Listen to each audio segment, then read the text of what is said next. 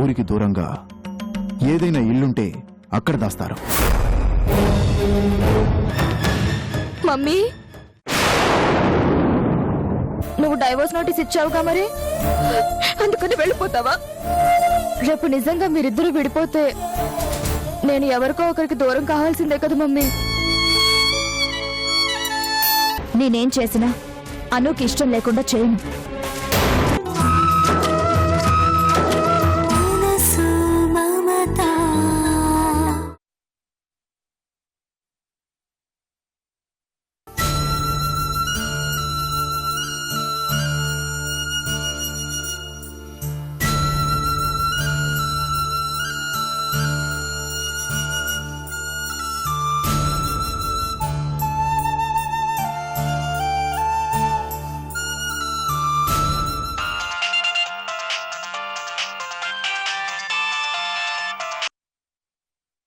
Hello. Hi Vasu. నువ్వా? ఎలా ఉన్నావను? I'm fine. నువ్వెలా ఉన్నావు? బాగానే ఉన్నాను. ఇంతకీ మీ మమ్మీ ఏమంటుంది? ఏమంటుంది? నేను వచ్చినప్పటి నుంచి ఇప్పటి వరకు డైవర్స్ అనే మాట ఎత్తితే ఒట్టు. ఇల్లంతా చాలా ప్రశాంతంగా ఉంది వసు. పోనీలే అను. మొత్తానికి నువ్వు తీసుకున్న డెసిషన్ వల్ల మీ అమ్మ నాన్నల మధ్య గొడవలు తగ్గాయి. నువ్వు కోరుకుంది కూడా అదేగా? అవును. అమ్మని ఎలా ఆపాలో నాకు అర్థం కాలేదు వసు. నేను కనిపించకపోతే అమ్మ టెన్షన్ పడుతుందని తెలుసు. కనీసం అలా అయినా తన నిర్ణయం మార్చుకుంటుంది అని ఆ పని చేయాల్సి వచ్చింది. అందుకే వసు, తాతయ్య నేను కలిసి అలా ప్లాన్ చేశాం. కానీ మధ్యలో ఎవరో రాస్కెల్స్ వచ్చి నన్ను నిజంగానే కిడ్నాప్ చేసేసరికి నా పై ప్రాణాలు పైనే పోయాయి. సమయానికి మీ హీరో వచ్చి నన్ను కాపాడాడు కాబట్టి సరిపోయింది. ఏంటి, నా హీరోనా?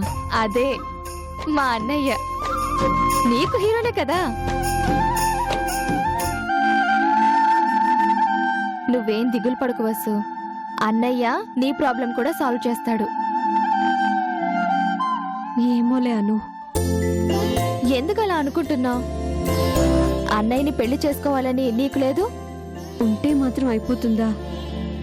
మధ్యలో ఎన్ని అడ్డంకులున్నాయో నీకు తెలుసుగా. ఎన్ని అడ్డంకులున్నా మీ ఇద్దరిని కలపడానికి నేను ప్లాన్ చేస్తాను కదా వసు. మా అమ్మ మనసే మార్చింది దాన్ని. మా అమ్మ చేతులతోనే విడాకుల నోటీస్ చింపేలా చేశాను. అలాంటిది మీ డాడీ మనసు మార్చలేనా? నువ్వలా చూస్తూ ఉండు. ఈలోగా నేను తాతయ్య కలిసి మరో ప్లాన్ చేసి మీ పెళ్లి చేసేస్తాం. నా వల్ల మీ అన్నయ్య చాలా ప్రాబ్లమ్స్ లో ఇరుక్కున్నాడు. నీకు అలాంటి ప్రాబ్లమ్స్ రావడం నాకు ఇష్టం లేదను. మా ఇద్దరికి పెళ్ళి అవుతుందో లేదో నాకు తెలియదు, కానీ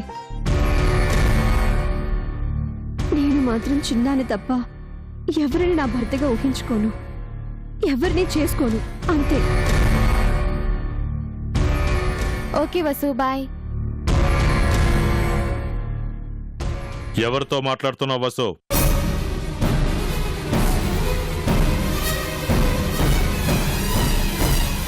చెప్పు.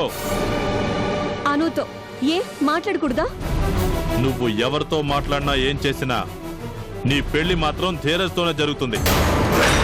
అవతల భార్గవ్ గారు పదే పదే అడుగుతున్నారు, నిశ్చితార్థాలు పెట్టుకోవాలి అంటున్నారు.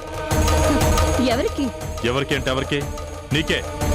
మీరు చెప్పినట్లు చిన్నాతో మాట్లాడటం లేదు, చిన్నాని కలవటం లేదు, చిన్నా గురించి ఆలోచించటం లేదు. ఇంకా మీకేం కావాలి? నువ్వు భార్గవ్ గారింటికి కోడలుగా వెళ్ళాలి. అది మాత్రం జరగని పని. ఎందుకు జరగదో? ఎందుకంటే నాకు పెళ్లి జరిగితే చిన్నాతోనే జరుగుతుంది. లేదు అంటే నేను ఇలాగే ఉండిపోతాను. తండ్రిగా మీ మాట గౌరవించాలి కాబట్టి నేను ఇలాగే ఉండిపోతాను. అంతకు మించి మీరు ఏ ప్రయత్నం చేసినా నేను ఒప్పుకోను. చూడు వసు, నా మాట నెగ్గకపోతే నేను ఎంత దూరమైనా వెళ్తాను, గుర్తుంచుకో. నేను మీలాగే డాడీ. నా ఇష్టాన్ని కాదంటే చావుకైనా వెనకాడను. అది మీరు తెలుసుకోండి. మీరు మొండితనంతో ఆ ధీరజ్కిచ్చి పెళ్లి చేయాలనుకుంటే అందరి ముందు నా శవం మీకు వెల్కమ్ చెప్తుంది. గుర్తుంచుకోండి.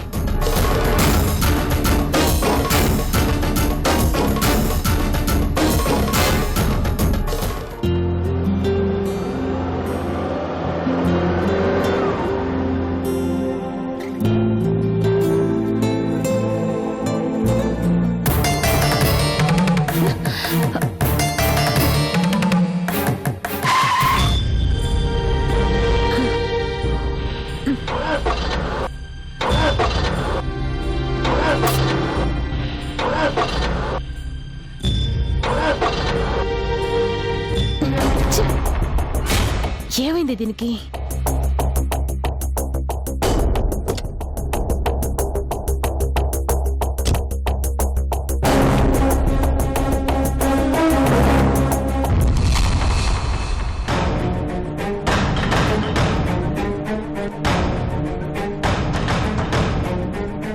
హలో, నా కార్ రిపేర్ వచ్చినట్టుంది. మెకానిక్ని పంపించు. ముందు నాకు ఇంకో కార్ పంపించు.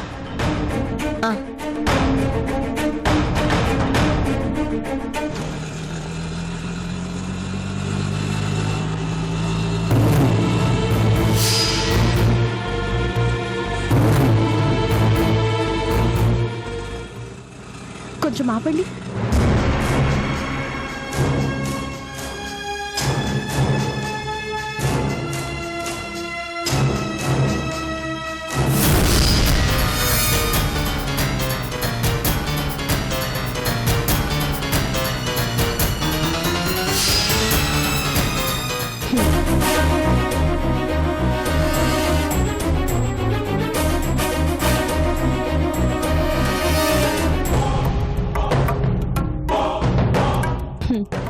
ఏంటి భార్గవి, రోడ్డును పడ్డావు? ఏయ్, జాగ్రత్తగా మాట్లాడు. నేను రోడ్డును పడ్డవేంటి? నువ్వు నిలబడింది రోడ్డు మీదనే కదా, అదే అడిగాను. తప్పే ఉంది. ఏయ్, అసలు నాతో నీకేం పని? ఏ పని లేకపోయినా నువ్వందరి విషయంలో ఎలా తలదూరుస్తున్నావో నీ విషయంలో కూడా నేను అలాగే ఇన్వాల్వ్ అవుతాను భార్గవి. నువ్వేం చేసినా చివరకు నువ్విలా రోడ్డు మీద ఒంటరిగా నిలబడక తప్పదు.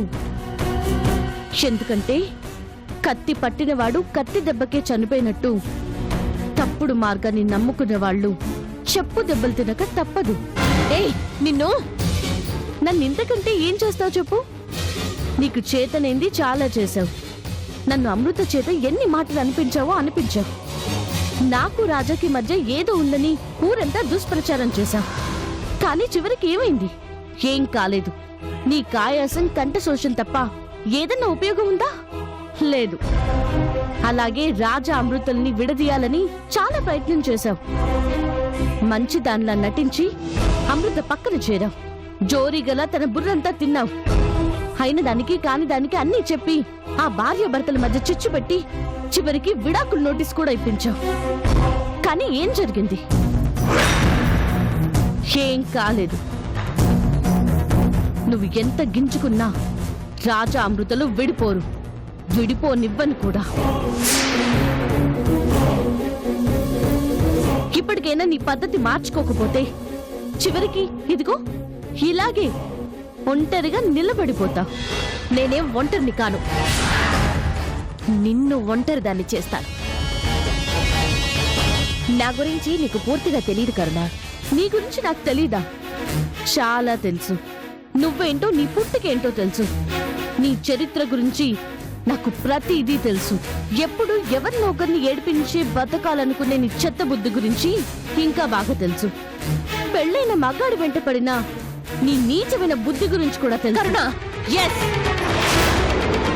ఎవరైనా బాగుంటే చూడలేవు, ఎవరైనా సంతోషంగా ఉంటే తట్టుకోలేవు.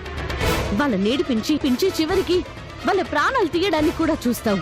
దానికోసం ఎంత నీచమైన పని కూడా సిద్ధపడతావు. అది నీ బతుకు. నీ గురించి నాకు తెలియందే ఉంది భార్గవి.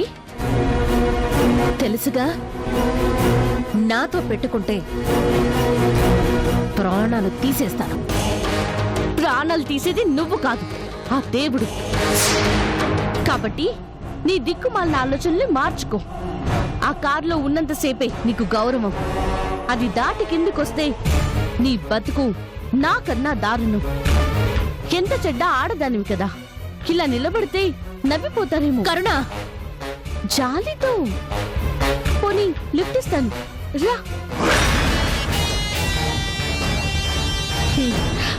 నువ్వు రావు, ఎందుకంటే మంచిని కోరుకోవడం రాదు, మంచి మనుషుల్ని కలవడమూ చేత కాదు. అది నీ పరిస్థితి. నీ బతుకు చివరికి వీధి పాలే, గుర్తుంచుకో.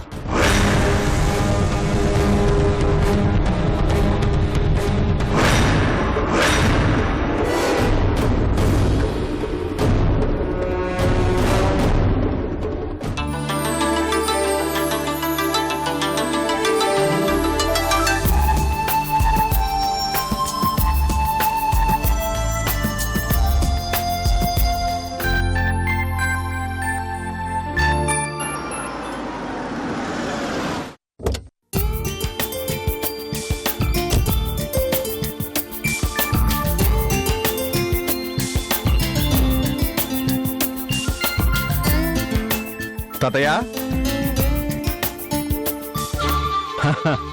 రారా మనోడారా, నీకోసం ఎదురు చూస్తున్నాను. ఇదిగో ఈ స్వీట్స్ తీసుకో. ఏం తాతయ్య స్వీట్లు పెడుతున్నావు? ఇవాళ నీ పుట్టినరోజా ఏంటి?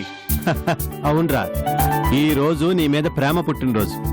ముందు స్వీట్ తీసుకోరా బాబు. తాతయ్య చాలు చాలు తాతయ్య, బాగుంది.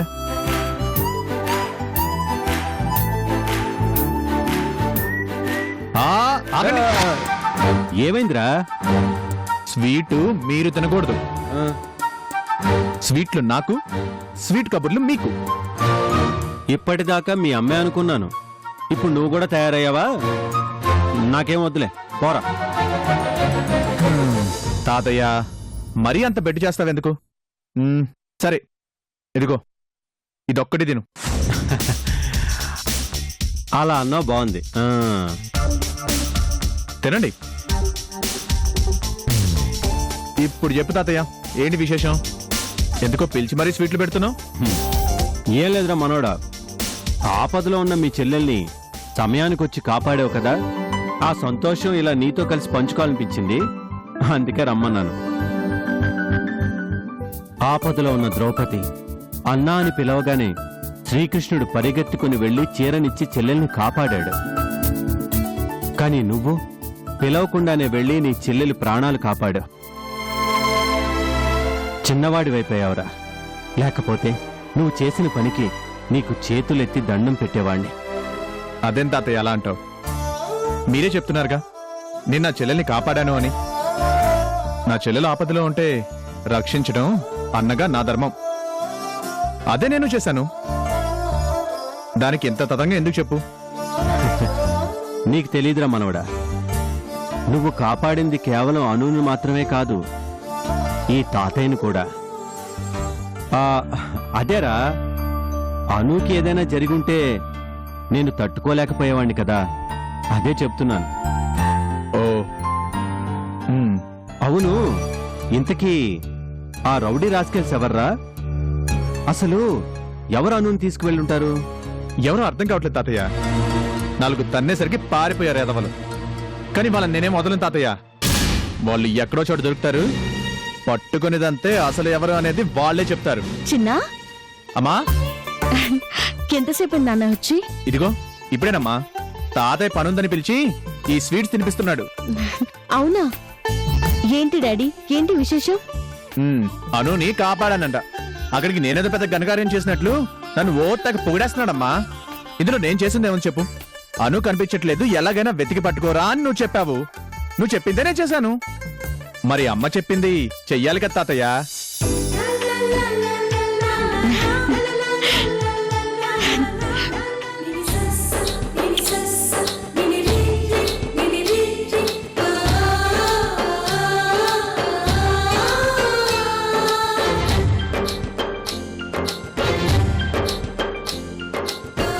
మరి ఇంత మంచివాడివి వసు విషయంలో ఎందుకురా మౌనంగా ఉండిపోయా?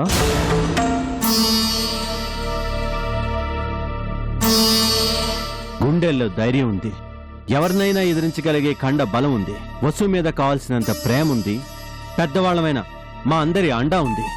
ఇన్ని ఉండి కూడా ఎందుకురా వసును అలా వదిలేశావు?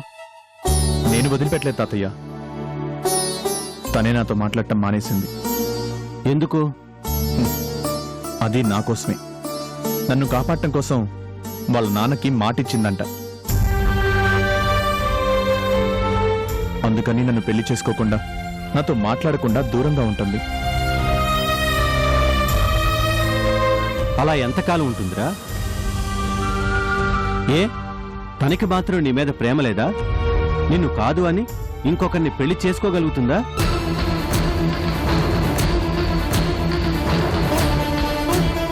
అలాంటప్పుడు ఎందుకురా ఒకరికొకరు దూరం అవ్వాలి? నీ ప్రేమని ఎవరి కోసం ఎందుకు పణంగా పెట్టాలి? ప్రేమ అనేది దేవుడు మనిషికిచ్చిన ఒక గొప్ప వరంరా. ప్రేమించడం అనేది ఒక గొప్ప అదృష్టం. ఆ అదృష్టాన్ని ఎవరి కోసం మీరెందుకు త్యాగం చేయాలి? అసలు ప్రేమంటే ఎలా ఉండాలో తెలుసా? నా కూతురు చందు, నా అల్లుడు రాజాలా ఉండాలి. వాళ్ళని చూడు, ఇన్నేళ్లైనా ఒకరి మనసులో ఒకరికి విడదీయలేనంత ప్రేమ ఉంది. మనుషులు దూరమైనా ప్రేమని మాత్రం దూరం చేసుకోలేదు. వాళ్ళిద్దరూ ప్రేమని బ్రతికించుకున్నారు. నిజంగా చనిపోయిన వాళ్ళని కూడా బ్రతికించే గొప్ప శక్తి ప్రేమకుందిరా. ఆ ప్రేమకు మాత్రం నువ్వు దూరం కావద్దు.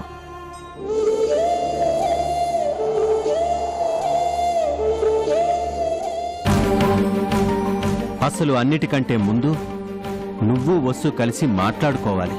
అప్పుడే అన్ని సమస్యలకు పరిష్కారం దొరుకుతుంది. ముందు మీ ఇద్దరికి ఓ మీటింగ్ నేను ఏర్పాటు చేస్తాను. ఆ తర్వాత మీ ఇద్దరి పెళ్లి కూడా నేనే చేస్తాను.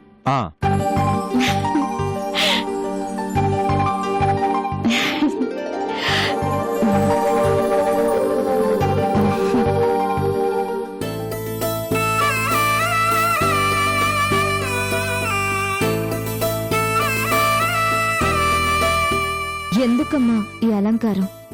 నేను వెళ్ళేది గుడికి, పెళ్లికో ఫంక్షన్కో కాదు. అదేం కుదరదు. చాలా రోజుల తర్వాత డాడీతో కలిసి గుడికి వెళ్తున్నాం మమ్మీ. చూసిన వాళ్ళందరూ మీ ఇద్దరిని పెళ్ళైన కొత్త జంట అనుకోవాలి. చాలే ఊరుకో. మమ్మీ నువ్వు రెడీ అవ్వు, నేను డాడీని పిలుచుకుని వస్తాను.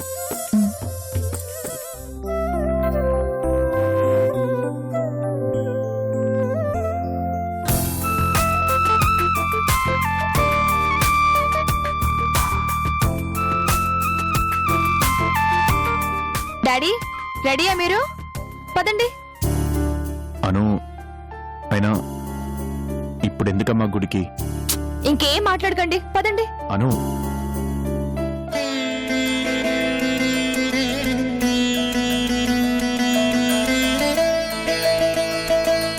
గుర్తుందిగా మమ్మీ, మీరిద్దరూ కలిసి గుడికి వెళ్లి దేవుడిని దర్శించుకొని ఆయన దీవెనలు అందుకొని నా మొక్కు చెల్లించి రావాలి. నువ్వు కూడా రావచ్చు కదాను. మీ ఇద్దరిని కలిపి గుడికి పంపిస్తానని నేను మొక్కుకున్నాను డాడీ, కాబట్టి మీరే వెళ్ళాలి. ఎవరు మొక్కుకున్నా అందరం కలిసి వెళ్ళొచ్చుగా. లేదు మమ్మీ, మీరే వెళ్ళాలి. మీరిద్దరూ ఇలా కలిసి గుడికి వెళ్ళడం చూసి చాలా కాలం అయింది మమ్మీ.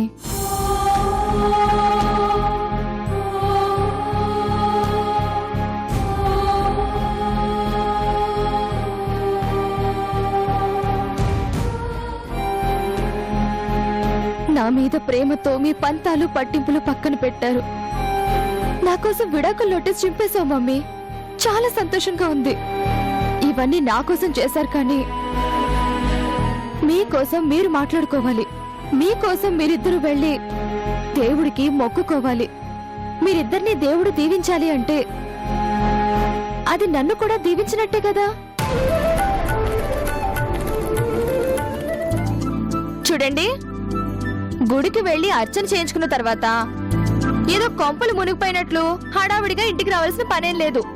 చక్కగా అలా అలా బయట తిరిగి అప్పుడు రండి. అర్థమైందా?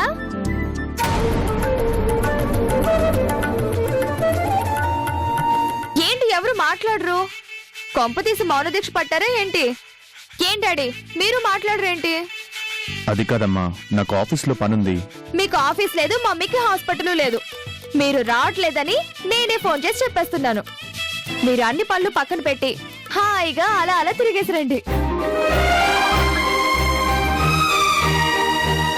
డాడీ కూర్చోండి. మమ్మీరా.